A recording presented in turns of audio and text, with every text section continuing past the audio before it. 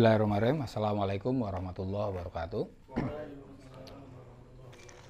Alhamdulillah wassalatu wassalamu ala Rasulillah wa ala alihi wa sahbihi wa mawalah la haula wala quwata illa billah ma ba'du.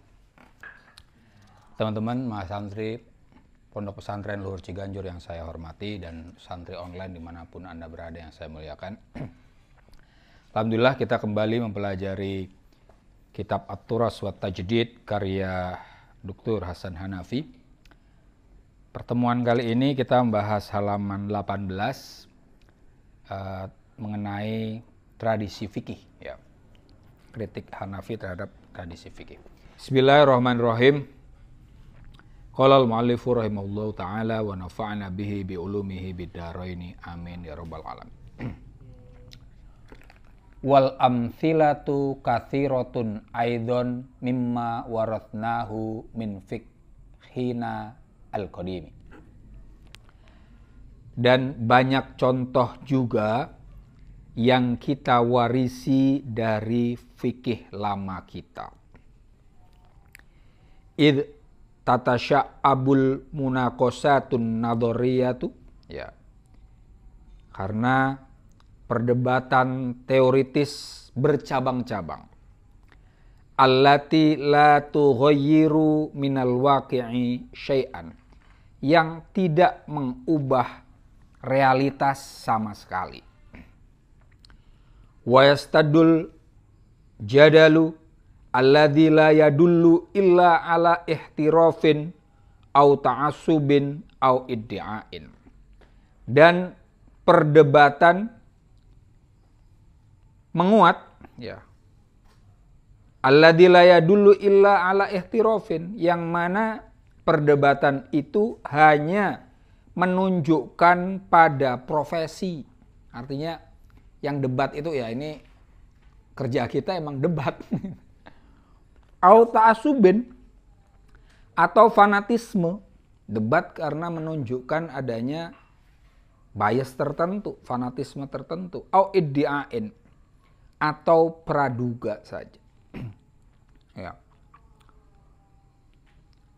Wa ka'annal ma'rokata, seolah-olah perseteruan al-haqiqiyata, yang sesungguhnya hiya ma'rokatul fikri ma'a nafsihi, adalah perseteruan pemikiran dengan dirinya sendiri.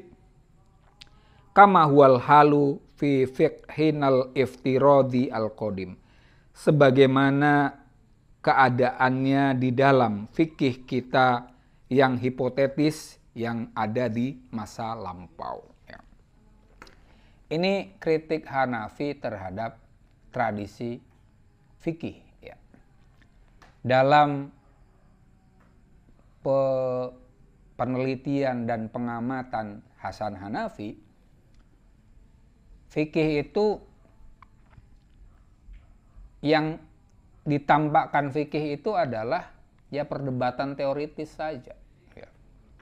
Tapi perdebatan teoritis tersebut tidak berpengaruh pada perubahan realitas, ya.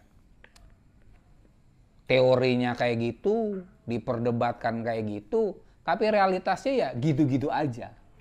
Ini Hanafi di titik ini ya diktumnya seperti diktum Marx, ya. Saya pernah ke Universitas Berlin, di situ ada kata-kata Marx yang terkenal tuh.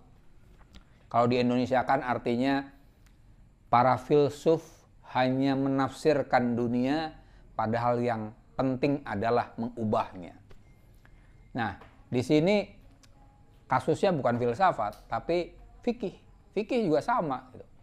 Dalam pengamatan Hasan Hanafi yang dilakukan oleh fuqaha itu hanya berdebat saja, teori-teori saja, tapi realitasnya ya gitu-gitu aja, gitu. Dan itu adalah sesuatu yang kontraproduktif. Yang penting apa? Realitas berubah, ya. Misalnya mau bahas apa nih? Fikih apa misalnya? Fikih apa? Toharoh, ya kan? Wah, gimana ini? Mak tohir, mutohir, kayak gitu itu kan debatnya gitu kan? ini mustakmal dan seterusnya. Toharoh itu kan kebersihan ya. Yang dipersoalan setelah orang ini pada hafal soal toharoh ini, kemudian kebersihan di umat Islam bagus enggak? Gitu kan. Kalau enggak, kan masalah, ya kan? Yang kita temukan banyak pesantren kan jorok ya. Nggak tahu pesantren Ciganjur kayak gimana ya. Masih. Ya kan itu kan. Padahal pembahasan pertamanya adalah bab toharoh, kebersihan. Ya. Tapi ya ada beberapa pesantren yang bersih. Ya. Contohnya kalau di Pekalongan itu pesantrennya kayak Taufikiyah. Ya. Itu pesantren sufi ya. Beliau tidak mau difoto. Tapi calon presiden rata-rata datang ke sono tuh. Syekh Hisham Kabbani, mursyid Torekoh dari Amerika, kalau ke Indonesia pasti datang ke sono. Orangnya tuh warok, lurus gitu. Padahal beliau kiai besar, ketika mau mendirikan pesantren Taufikiyah itu menghadap ke ayah saya. Padahal ayah saya ya cuma haji biasa aja, yang punya beberapa lembaga pendidikan, tapi bukan kiai besar gitu. Tapi Kiai Taufik itu mau datang. Dan itu pesantren, nah ini yang saya ingin katakan. Pesantren itu bersih, Mas. Asri, bersih. Dan tidak ada, kalau pesantren modern kan bersih karena ini ya, pesantrennya digebugin ya. Ada santri, saya Darul Rahman pesantren modern itu. Bersih ya karena ada hukuman. Ini nggak ada. Jadi santrinya itu udah, sadar gitu loh. Kenapa? Karena kiainya sendiri, kiai udah kiai besar, nyapu Mas. Jadi kan santrinya, wah nggak mungkin ini kalau kita nggak bersih-bersih. Iya, kayak gitu, dasar lah. Jadi Pak Kiainya nggak pernah nyuruh-nyuruh. Beliau jalanin aja. Tapi kemudian karena haibahnya, karismanya tinggi, jadi santrinya melakukan itu. Nah itu tadi. Idealnya kayak gitu. Kita mengkaji sesuatu oke, tapi apa? Realitas juga berubah dong. Kalau kemudian hanya debat teoritis saja, tapi realitasnya gitu-gitu aja, ya ngapain ya. Itu ada tuh, di Mesir dulu ada senior kami, beliau jurnalis Kompas, ya, jurnalis Kompas, perwakilan Kompas yang ada di Mesir. Beliau sering ada tulisannya masih hidup sampai sekarang. Itu beberapa mahasiswa Al-Azhar itu ada yang tinggal di rumah beliau, di apartemen beliau. Itu ketika ada kawan saya tinggal di rumah beliau, dan teman saya ini senang baca buku-buku pemikiran ya, Al-Jabiri, Hasan Hanafi, kemudian juga Arkun itu kan. Kamu baca kayak gitu, kalau hidupmu amburadul ngapain gitu. Jadi akhirnya, dan beliau tertib gitu, hidupnya tertib. Artinya kalau orang berpikir rasional, ya ini kan teoritis ya, harus tercermin dalam kehidupan realnya. Nah itu yang diharapkan. Hanafi juga sama. Hanafi itu orang yang rasionalis, teoritis, tapi kehidupan realnya rapih Mas. Jadi antara pikiran dengan kehidupan nyatanya itu selaras. Ya. Beliau punya jadwal yang rutin. Nulis itu satu hari 15 halaman misalnya kayak gitu. Itu enteng gitu beliau. Iya. Jadi beliau selalu nulis di koran. Nah, koran itu ecek-ecek ya buat beliau ya. Nulis di jurnal, nulis buku. Itu terus-terusan. Kemudian nulis untuk mengisi seminar. Dan itu rutin kayak gitu. Jadi antara kehidupan pemikiran dengan kehidupan nyata itu selaras. Nah itu yang diharapkan. Nah yang tidak diharapkan seperti tadi, perdebatannya kemana-mana tapi realitasnya gitu-gitu aja, tidak berubah. Itu yang tidak diharapkan. Tadi kalaupun ada perdebatan, itu apa? Cuma profesi doang gitu. Wah, kayak debat yang itu loh, latihan debat kan di kampus suka ada ya. Ada kasus ini nanti suruh milih kelompok A pro, kelompok B kontra kan gitu kan. Nah itu di sini disebut sebagai ihtiraf saja ya. Ya profesional saja gitu. Oh jago debat gitu. Atau misalnya debat sesuai dengan posisi saja ya. Saya harus gimana nih? Oh, saya harus pro 01 misalnya gitu. Maka dia akan menyerang 02, 03 dan atau sebaliknya. Nah, itu ihtiraf. Dan kemudian ta'assub juga. Ini di fikih juga ada kecenderungan kayak gitu ya. Harus mazhab tertentu. Kalau bukan mazhab itu nggak diterima. Nah, itu juga perdebatan yang kontraproduktif pada titik tertentu. Karena kebenaran itu tidak bergantung pada satu orang atau satu kelompok. Yang kita cari kebenaran. Dan kebenaran ini bukan untuk kebenaran, tapi untuk apa? Untuk mengatasi realitas gitu. Jadi debat itu oke, tapi bukan sekedar untuk profesi, bukan juga didasari oleh fanatisme atau iddia, hanya praduga-praduga, ya, doni, ya, doniyah, hal-hal yang sifatnya praduga saja. Artinya yang muncul hanya doksa kalau di Platonya ya, di Platonian. Doksa itu kan opini. Yang kita harapkan adalah episteme, kebenaran ya, bukan idea. Idea itu adalah doksa ya. Kebanyakan doksa pakai doxa ya. Akhirnya apa? Jadinya dosa ya kan? Ya kan? Kebanyakan doksa akhirnya dosa ya. Yang diharapkan adalah episteme. Episteme itu kebenaran yang bisa diterima oleh akal dan cocok dengan fakta. Nah, itu debat untuk mengharapkan itu oke. Tapi kalau hanya ihtiraf wa ta'assub wa di'a itu nothing ya. Tadi wa ka'annal ma'rakatal haqiqiyatah ya ma'raka al-fikr ala ma'nafsi kama wal hal fi fikhina.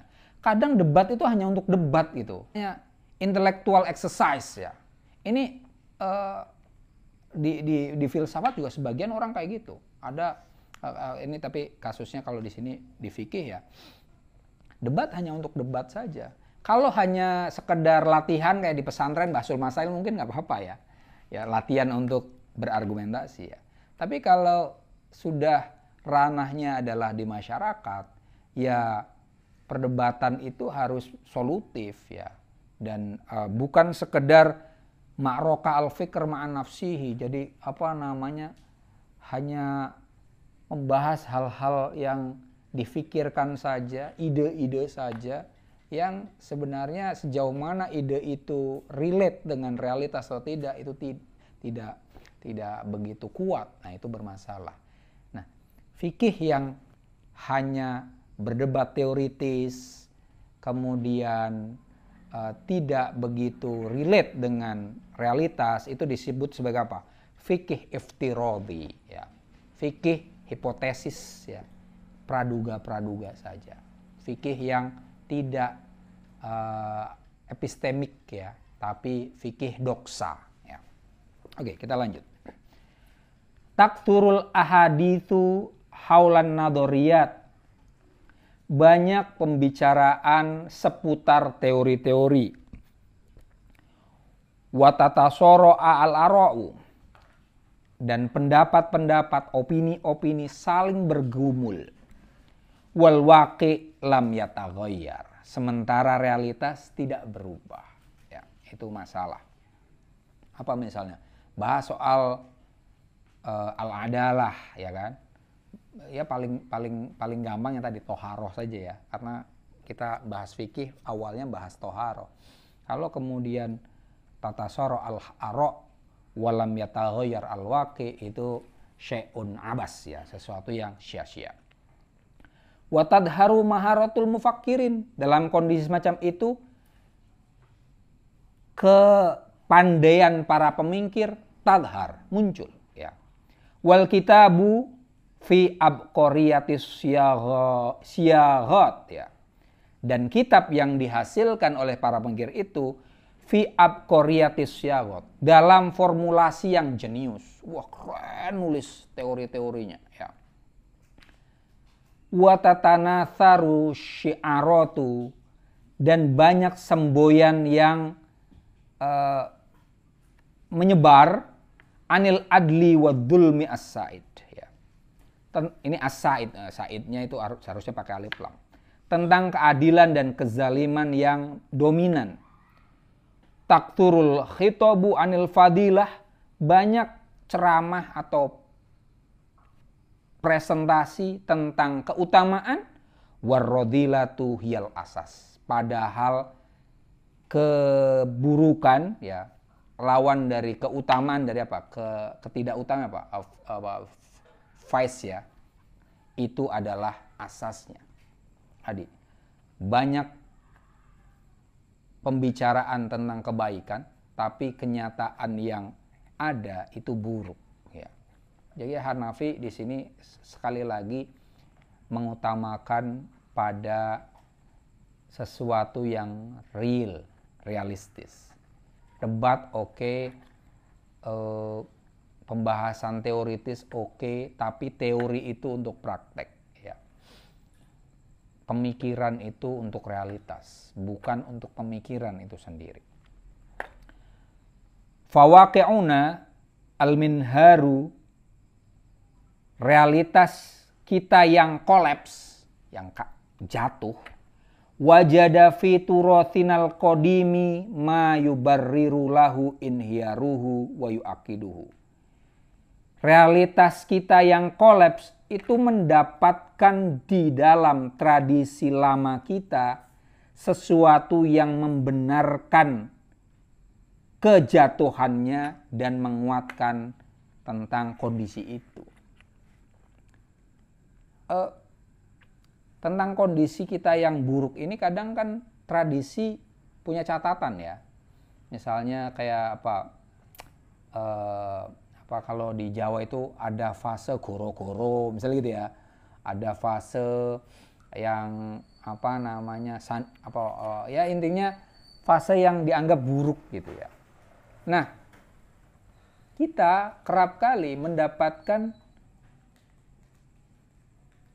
pembenaran, justifikasi dari tradisi itu. Oh, ini fasenya memang fase goro-goro, ya. Kayak misalnya begini. Kalau versi Ibnu Khaldun, ya, pergerakan masyarakat itu kan 5 fase paling tidak. Fase pertama itu fase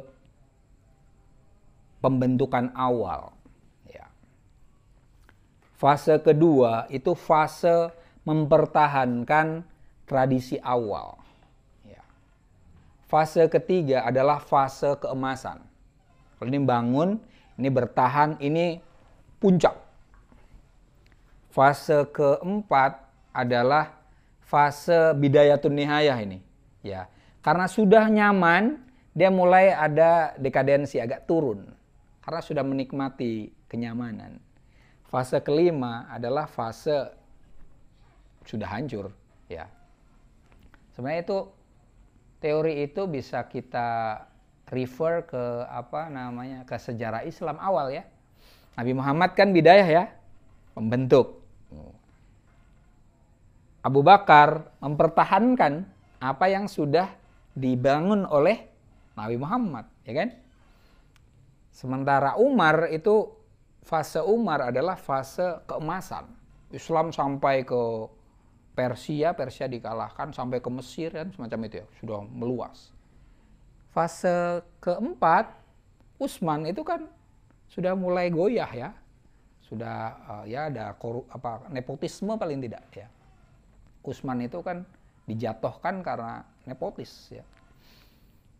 Sebenarnya Ali itu bagus, tapi ini udah kacau balau. Jadi udah tinggal hancur gitu. Nah, itu wajadna min turosinal qadim ma yubarriru waqi'ina, ya. Kita bisa mendapatkan dari tradisi kita sesuatu yang membenarkan kondisi kita gitu. Tapi apakah dengan demikian kita membenarkannya?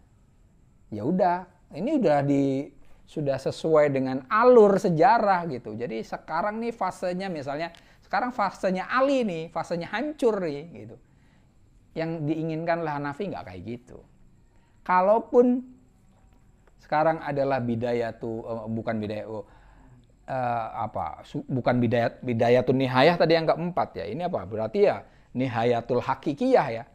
Akhir yang itu kan setiap ini ada perputaran ya, ada perputaran. Jadi seharusnya oke, kondisinya kayak gitu, tapi ya jangan sekedar ya udah terima aja gitu. Kita harus pindah gitu. Dan di ranah fikih pun juga sama ya. Dalam hal ini jangan hanya menerima saja bahwa ya kondisinya emang kayak gini ya. Contoh misalnya gini.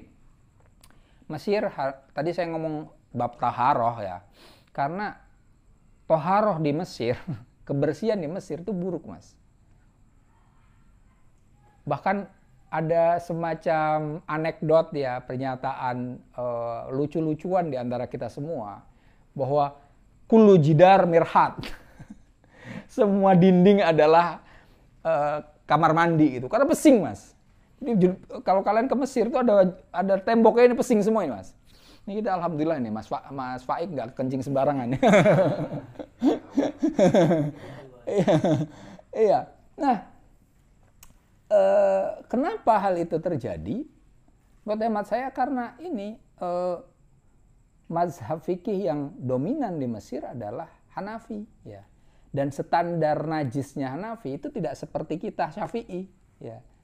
Syafi'i kan nomor 2 ya dalam hal populasi penganut mazhab fikih di Mesir ya. Dan itu jorok, pesing. Bahkan gini Mas, saya mungkin pernah cerita kalian tentang WC ya. Kalau kita kan WC kita habis buang air, misalnya WC umum kita cuci kan, kita guyur ya biar bersih ya. Nah di Mesir aturan itu tidak berlaku saudara-saudara. Jadi kalau saya buang air, kemudian nanti Mas Faik setelah saya, nah yang guyur adalah Mas Faik. Jadi kita kalau mau ke kamar mandi, Allah pusing. Pusing Mas, pusing karena waduh punya orang lain, tokainya orang-orang kita ketemu gitu. Nah nah tadi kalau kemudian saya hanya bilang, oh ini karena madzhab fikihnya Hanafiyah yang kemudian agak longgar dalam hal kebersihan dibandingkan kita yang Syafi'iyah semacam itu. Itu kan mayu bariru mawako, ya kan? Membenarkan ke sesuatu yang ada. Kan seharusnya jangan kayak gitu kan? Loh, kita ngomong toharoh kok. Katanya mazhab Hanafi itu rasionalis, ya kan? Yang masuk akal itu kan seharusnya kita bersih di pikiran, bersih di tubuh, dan bersih di segalanya. Kan gitu kan? Jadi harus diubah, seharusnya gitu loh. Jadi Hanafi walaupun beliau orang Mesir, namanya juga Hasan Nafi ya. Ya beliau bersih, hidupnya bersih. Ya, hidupnya bersih. Gitu. Wa ka'annana la nahtaru minal qadim illa ma nuridu wa nabghi. Seolah-olah kita tidak memilih dari yang lampau kecuali sesuatu yang kita inginkan dan kita dambakan. Itu pemikiran yang selektif lah ya. Yang ingin dikatakan oleh Hanafi adalah kita harus fair gitu loh ya. Tidak sekedar kita mencari sesuatu yang kita sukai saja dari tradisi. Kita harus menunjukkan bahwa di dalam tradisi juga ada hal-hal yang nggak begitu bagus untuk masa kini gitu ya. Jadi kita jangan hanya mencomot sesuatu yang kita inginkan dengan tradisi dan kemudian pada titik tertentu kita membenarkan kondisi sekarang berdasarkan tradisi juga. Jadi ya di situ-situ aja gitu ya. Tradisi hanya membenarkan kondisi yang jelek akhirnya. Nah itu yang tidak bagus ya. Mungkin kalau kita di Indonesia ya misalnya gini. Kita mengetahui bahwa saya orang Jawa ya misalnya, wong Jawa kan lemah lembut misalnya gitu kan. Ya udah, kita kemudian membiarkan diri lelet misalnya ya. Lelet, nggak satset misalnya kayak gitu. Itu kan kemudian wong Jawa emang ngono misalnya gitu. Nah, itu yang tidak direkomendasikan oleh Hanafi gitu. Karena kita kemudian membenarkan kondisi kita dengan mencatut tradisi agar kita menguatkan kondisi kita yang sebenarnya nggak begitu bagus gitu loh. Seharusnya lewat gitu. Oke, saya kayak gini dan dengan kondisi semacam ini gerak maju saya terhambat, ya kan? Oke, ada tradisi yang bisa membenarkan saya, tapi ini justru akan meninabobokan kondisi saya. Saya harus berubah, gitu loh yang dikatakan Hanafi. Oke. Wa idza ini selanjutnya kritik Hanafi bukan untuk orang-orang kayak kita ini, tapi orang-orang yang mengkampanyekan penerapan syariah, ya fikih akhirnya ke syariat fikihnya itu kemudian dilarikan ke penerapan syariat. Ya, oke. Wa idza tobaknal Islam,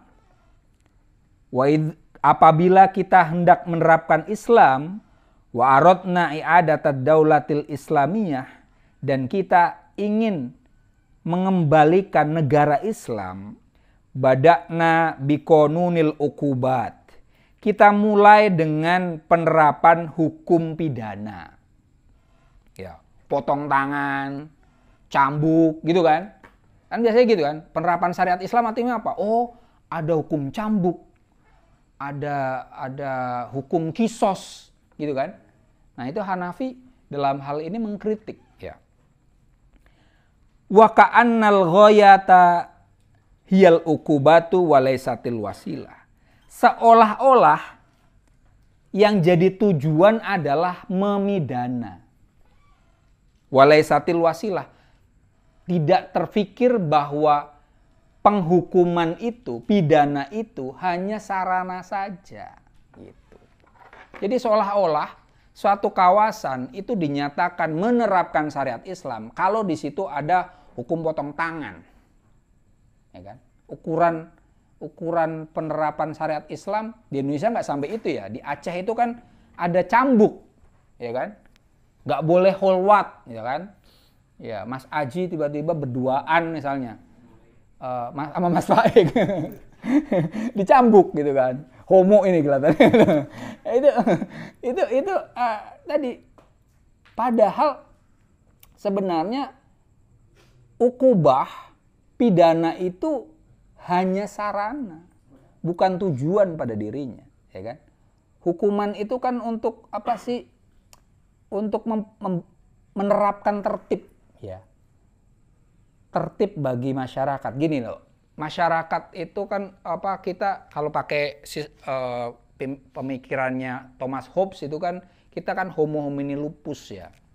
Ada kecenderungan orang itu memangsa orang lain, ada kecenderungan orang itu egois.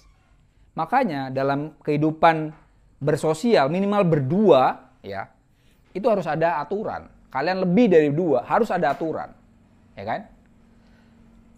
Nah, aturan itu kadang perlu adanya reward and punishment. Ya. Reward and punishment itu bukan tujuan pada dirinya, tapi apa? Agar ada satu tata dalam bermasyarakat, ya, bersosial. Ya. Kadang punishment itu nggak perlu, ya kan? Bahkan reward pun kadang nggak perlu. Karena apa? Itu hanya sarana agar ada tata, ada sistem dalam masyarakat. Nah, ini dibalik kadang oleh orang-orang yang punya hasrat untuk penerapan syariat Islam. Jadi seolah-olah potong tangan itu adalah indikator penerapan syariat. Ya keliru dong, ya kan? Apakah pencuri itu harus selalu dipotong tangan? Kalau kita ngacu ke tarikh tasrik kan tidak selalu, ya. Di zaman Umar saja itu ada pencuri tidak dipotong tangannya. Karena ini apa ini? Ada ilat dicari penyebab kenapa orang ini mencuri. Oh, ternyata dia kelaparan, ya kan? Kemudian yang dicuri pun standar tidak terlalu banyak. Jadi hanya dikasih takdir saja. Dikasih hukuman yang tidak sampai ke potong tangan. Jadi potong tangan itu bukan tujuan Islam, ya. Cambuk, hukum hukum mati itu bukan tujuan, ya. Nah, itu keliru kalau ada orang yang mengkampanyekan penerapan syariat Islam dan yang dijadikan indikator bagi penerapan syariat Islam adalah pelaksanaan hukum-hukum pidana seperti potong tangan, cambuk, hukum mati, dan seterusnya. Wa ka'annal mulima yu'aqabu wa huwa la ya'isu fi daulatin islamiyah. Seolah-olah muslim yang dihukum tadi itu adalah Muslim yang tidak pernah hidup di negara Islam. Ya. Walam yang nas'atan islamiyatan, dan belum pernah tumbuh dalam pertumbuhan ala umat Islam. Ya. Tadi, kalau kemudian yang utama diterapkan dalam rencana untuk menerapkan syariat Islam adalah hukuman yang keras tadi, itu kan menganggap umat Islam itu ya orang buruk gitu loh, ya kan? Langsung nyuri, potong gitu kan. Cambuk itu biasanya apa? Qadhaf ya. Nah, menuduh orang lain berzina tanpa bukti itu kan, tanpa saksi itu kan dicambuk ya, dan seterusnya. Di sini Hanafi ingin mengatakan bahwa kita umat Islam itu telah mendapatkan pendidikan yang tingkat tinggi. Ya. Kita harus percaya umat Islam itu adalah orang-orang yang dewasa. Terhadap orang-orang dewasa itu treatmentnya jangan kayak kepada anak-anak gitu loh maksudnya. Kalau kemudian ketika kita mau menerapkan Islam yang dimanifestasikan atau diwujudkan adalah hukuman-hukuman yang keras, itu ya menganggap orang Islam itu adalah orang anak-anak kecil gitu loh, yang harus didisiplin. Ayo sholat. Kalian ada yang minimal umroh haji zaman sebelum sekarang. Kalau saya zaman yang sekarang belum. Zaman masih Wahabi masih kuat-kuatnya ya. Itu kalian kalau di Jeddah ya, azan nih, duhur, Allahu Akbar, itu langsung toko-toko tutup semuanya. Dan nanti ada polisi hisbah, koprak, nyuruh nutup. Kita ya udah diem aja gitu. Diem aja, nggak diapa-apain sih. Tapi itu kan kayak anak kecil gitu loh. Ya, kayak kalian misalnya subuh di sini wajib nggak sih? Jamaah wajib nggak? Iya, ya benar. Bagus kalau wajib. Tapi jalanin semua? Enggak. Iyalah, ya karena menghadapi santri-santri yang senior seperti kalian itu nggak mungkin disamakan dengan cara menghadapi anak yang sanawiyah. Coba kalian kemudian tiba-tiba di sini sekarang Mas Raffi yang jadi ini ya. Tiba-tiba karena dia jadi lurah pakai selepetan gitu. Plak gitu. Kira-kira kalian akan hormat atau malah sebel sama dia? Itu tadi, ya kan? Selepet lagi kan. Iya itu. Saya pernah mengelola pesantren mahasiswa juga di Jakarta Timur itu. Kemudian saya yang bikin kurikulum dan seterusnya. Tapi kemudian saya meng-hire teman saya yang mana dia dulu di pesantren saya, dia adalah ketua bagian keamanan. Tapi untuk sanawiyah dan aliyah, dan berhasil di pesantren sanawiyah aliyah. Tapi kemudian saya bawa nih, karena dia punya pengalaman bagus, saya bawa ke pesantren mahasiswa. Apa yang terjadi? Dia tidak dihormati oleh santri-santrinya. Karena dia mau pakai disiplin ala anak sanawiyah aliyah. Nah itu sama. Kalau tatbikus syariah Islamiyah dilaksanakan ala anak-anak kayak gini, yaitu sebenarnya suatu bentuk pelecehan terhadap umat Islam. Ya. Bahkan pelecehan pada Islam itu sendiri. Kenapa saya katakan pelecehan umat Islam? Karena tadi seolah-olah umat Islam itu tidak punya kesadaran dengan dirinya sendiri, ya kan? Seolah-olah Islam tidak menyadarkan umat Islam untuk jadi orang tertib gitu. Jadi tidak perlu untuk ditertibkan semacam itu dengan ukubat yang melampaui batas. Oke. Natlubu minhu wajibatahu qabla an nu'ti ilaihi huquqahu. Ini yang persoalan. Natlubu, kita minta minhu dari umat Islam wajibatahu, kewajiban mereka, qabla an nu'ti ilaihi huquqahu, sebelum kita memberikan kepadanya hak-haknya. Ya. Tadi sebenarnya umat Islam yang diperlukan apa? Ya kebutuhan mereka. Ya, misalnya di Indonesia penerapan syariat Islam kan di Aceh ya. Orang Aceh itu butuhnya apa? Masa kemudian didisiplin untuk ayo harus pakai jilbab, nggak boleh, kan perempuan yang banyak didisiplin kan perempuan ya, nggak boleh pakai celana. Jadi satu provinsi udah kayak satu pesantren. Aturannya aturan yang kekanak-kanakan menurut hemat saya gitu. Nah itu padahal yang diperlukan adalah pemberian hak-hak mereka yang selama bertahun-tahun tidak mereka terima. Yaitu apa? Orang Aceh kan konflik bertahun-tahun, ya kan? Artinya nih rakyat itu butuh hal-hal yang jauh lebih konkret. Kok ini malah yang dihadirkan adalah hukum yang menjerat mereka? Nah itu not fair ya. Selanjutnya, wa idza aradna tatbiqal Islam, tatbiq syariah Islamiyah maksudnya. Apabila kita hendak melaksanakan Islam, ba'da'na bil muharramat. Kita mulai dengan hal-hal yang diharamkan. Ini nggak boleh, itu nggak boleh. Wa nadaina bitahrimil khumur. Kita menyeru tentang pengharaman khamar. Nah, itu terjadi ya. Penerapan syariat apa? Khamar di kota ini, di provinsi ini haram, ya kan? Diskotik tutup, kan gitu-gitu kan. Ini boleh, ini nggak boleh. Harus ada label halal di mana-mana, kayak gitu. Ammarroks, nah ini. Ammarroksur syarqi wal uro, ya. Adapun tarian timur yang cenderung terbuka, maksudnya tari perut, belly dance. Wal aghani al-fadihatu, dan nyanyian-nyanyian yang bereputasi buruk. Di Mesir itu kalian kalau dengerin lagunya sebenarnya kayak dangdutan di kita gitu ya.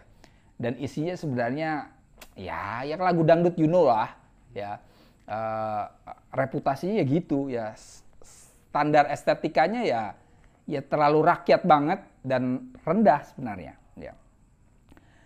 Wal masorihul abithatu, dan drama-drama yang mengolok-olok.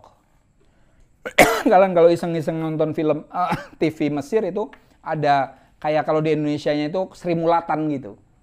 Masrohiyah yang kemudian ya lucu-lucuan, tapi karena mohon maaf orang Arab kalau perempuan kan itunya besar ya. Jadi nanti ada pelawaknya itu nanti pakai gitu-gituan kelihatannya gede gitu. Jadi ngolok-ngolok gitu-gitu aja, yang sebenarnya tidak mencerdaskan gitu, ya. Wa aflamul jinsi, kemudian film-film cabul, fanatamatta'u biha, kita menikmatinya, ya. Ini Hanafi dalam hal ini mengkritik masyarakat dia kan. Tapi tentang tarian perut itu memang unik ya. Tarian perut itu kalian ada yang pernah nonton yang aslinya? Di Jakarta udah banyak sekarang. Ada di Tebet, ada di Kemang, di sini Kuningan ada ya. Dan itu yang datang ke sana pakai peci, Mas. Iya. Tapi itu memang budayanya Arab, itu bukan hal yang seronok, bukan hal yang bukan hal yang tabu gitu. Jadi ininya kelihatan, gitu-gitu Mas kita. Oke. Iya. Bahkan dan yang datang ke situ bukan hanya cowok, ya cewek, ya ada anak kecil, ya di Indonesia sudah mulai, itu di Jakarta juga kayak gitu. Keluarga gitu ya. Salah satu anggota keluarganya ulang tahun, ngadain di situ gitu. Ya, saya pernah ke situ. Saya ngajak istri saya juga sama anak saya gitu. Memang, ya ini enggak ini ya, liatin aja sono pakai peci semua. Ada pakai peci, ada pakai jilbab ya. Jadi ini bukan tontonan yang yang cabul gitu, enggak. Nah, itu memang bagi Hanafi ini agak aneh ya gitu. Di satu sisi banyak hal yang diharamkan, tapi ini ada hal yang kayak gini boleh gitu. Tapi ya di titik ini sih saya pada Hanafi tentang dia miring terhadap Rokeserki Al-Uro ini, ya saya tidak 100% setuju. Kenapa? Karena itu bagian dari budaya mereka. Mungkin kayak di Indonesianya apa? Tari jaipong lah.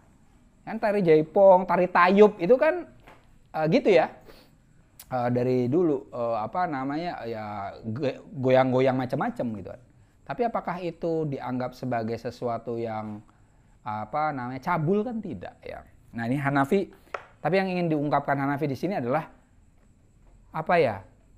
inkonsistensi pandangan-pandangan orang yang menyatakan ingin menerapkan syariat Islam. Itu nggak konsisten. Kalau konsisten ya seharusnya nggak kayak gitu ya. Oke. Wa ka'annal islama asasan huwa daulatul muharramat. Seolah-olah Islam pada dasarnya adalah negara yang penuh hal-hal yang haram. Negara yang mengharamkan banyak hal.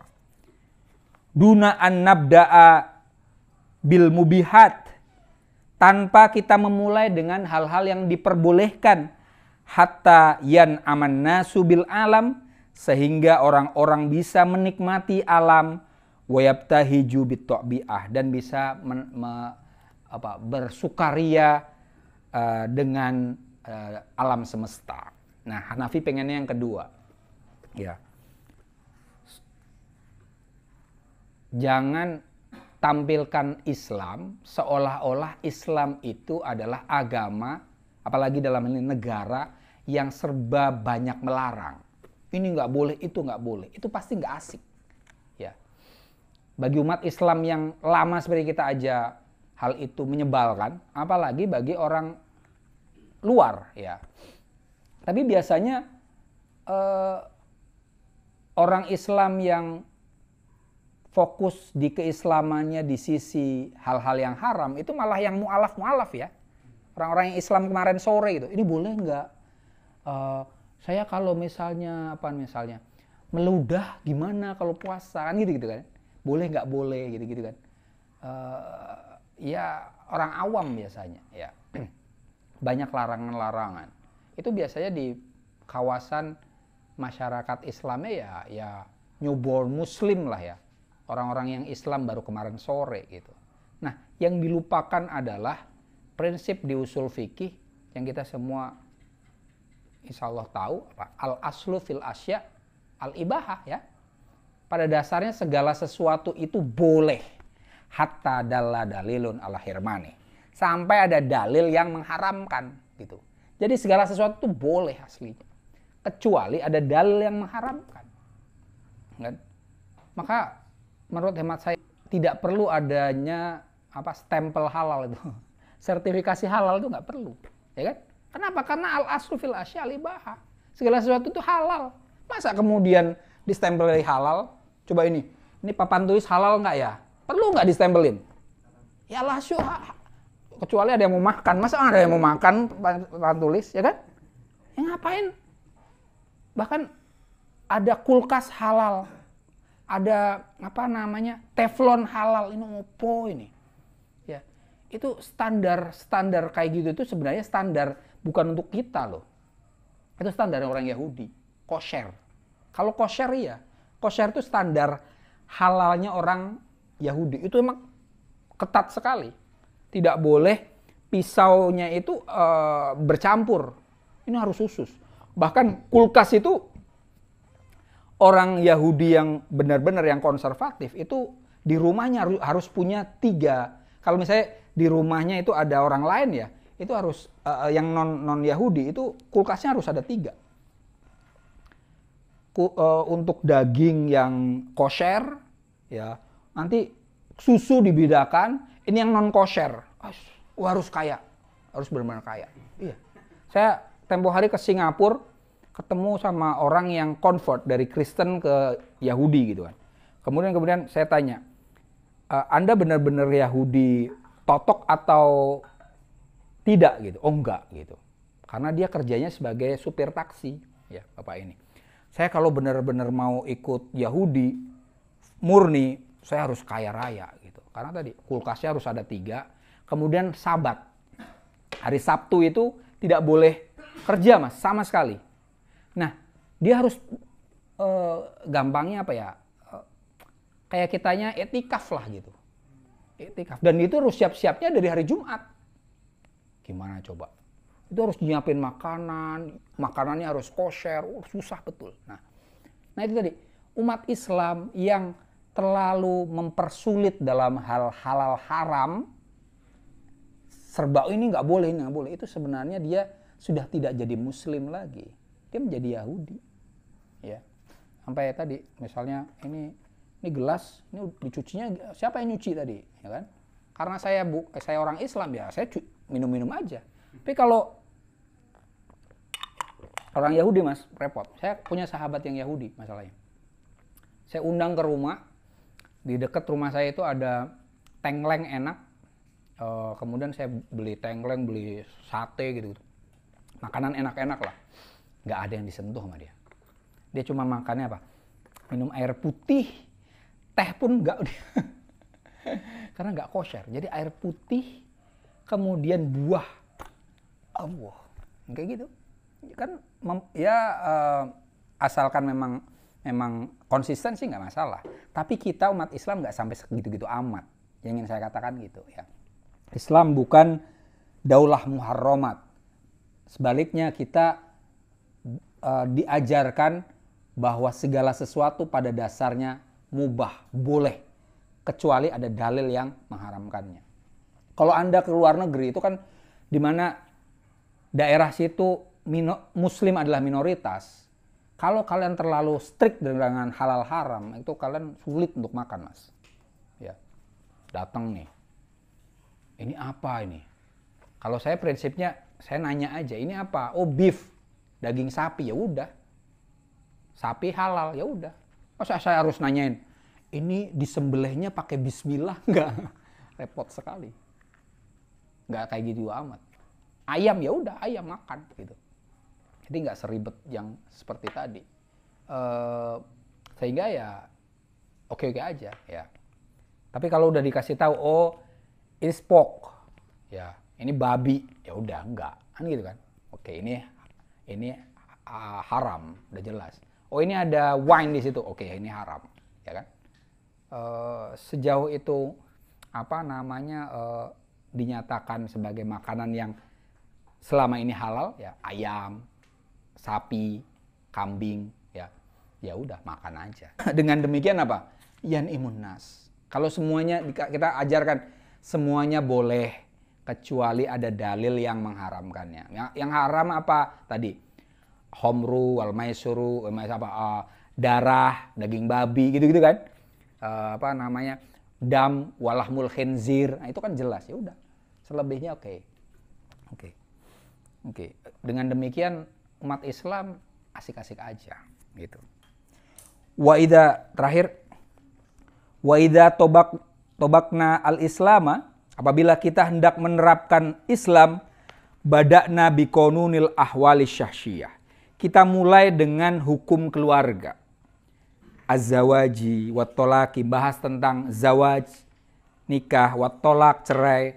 Kita nggak perlu bahas cerai ya, nikah aja belum ya. Oke. Wal khutubah, pelamaran. Udah ada yang mulai ngelamar? Belum ya? Udah, Mas Waidi? Mas Wai. Wal mahri, bahas tentang mahar. Wal khulwati, ya, tentang berdua-duaan lain jenis, sesama jenis. Oke. Wal maharim, mahram itu seperti apa? Amman nidhamu al-iqtisadiyu as-siyasiyul islamiyu.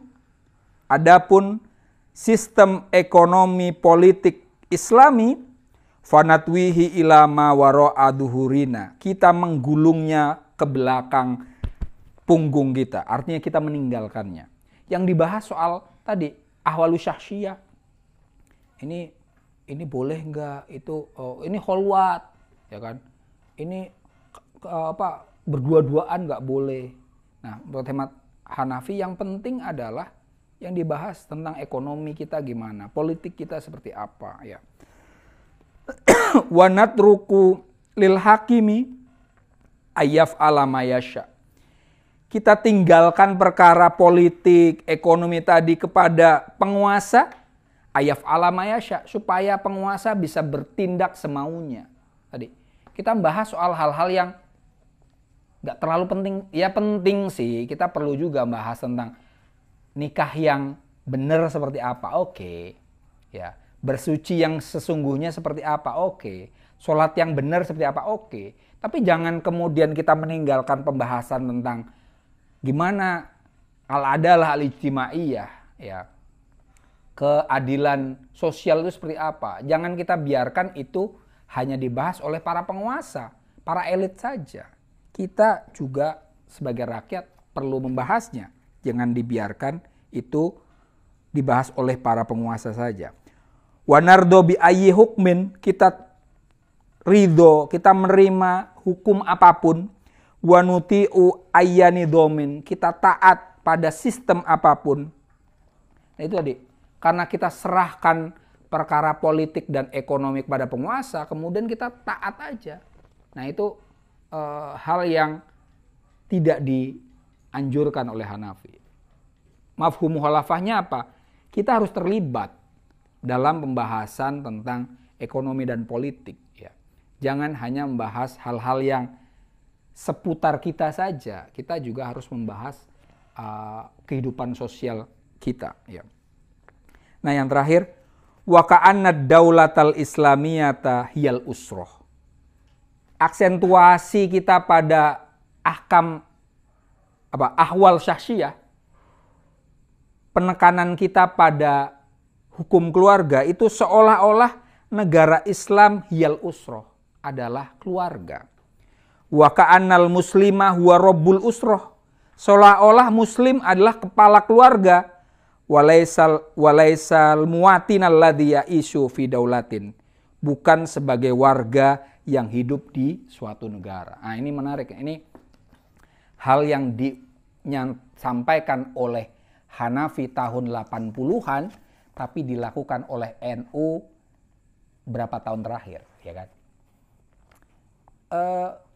Orang-orang yang mengusung tema dan wacana penerapan syariat Islam itu kerap kali memposisikan umat Islam sebagai kepala keluarga, kita ketua, sementara yang non-muslim itu hanya anggota keluarga saja.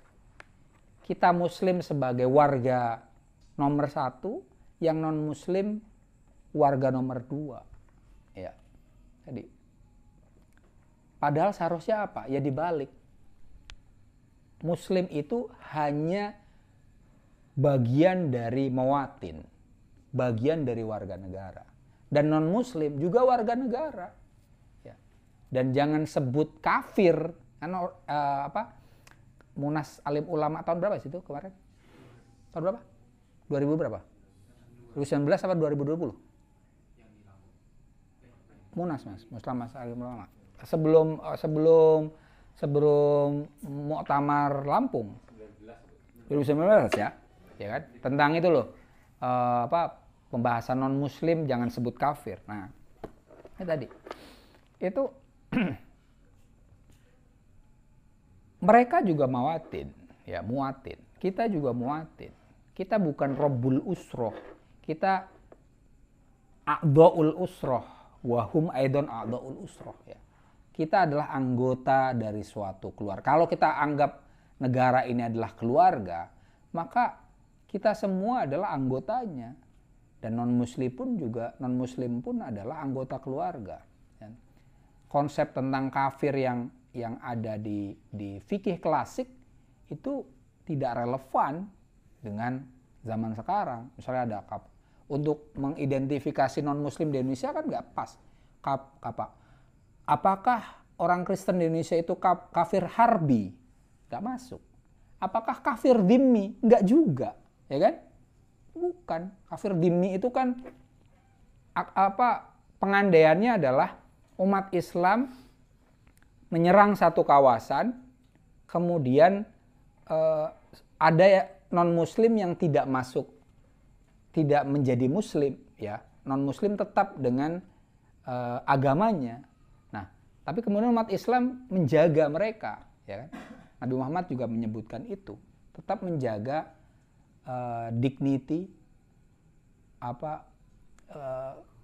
kehormatan orang yang tidak muslim, ya, non muslim yang hidup di kawasan umat Islam, itu disebut kafir dhimmi. Nah, konsep itu apakah relevan untuk umat Kristiani yang ada di Indonesia? Orang Hindu yang di Indonesia nggak relevan sama sekali lah, ya, nggak relevan. Mereka adalah warga negara yang sama dengan kita, yang mendirikan negara ini bersama kita, dan konsep yang perlu kita gunakan dalam hal ini, ya, mereka sama-sama warga negara. Kita warga negara dan mereka juga warga negara, dan kita akan membangun negara ini bersama-sama, semacam itu. Oke, itu saja untuk hari ini, pas jam 9. Kurang lebihnya mohon maaf. Wallahul muwaffiq ila aqwamit thoriq. Wassalamualaikum warahmatullahi wabarakatuh.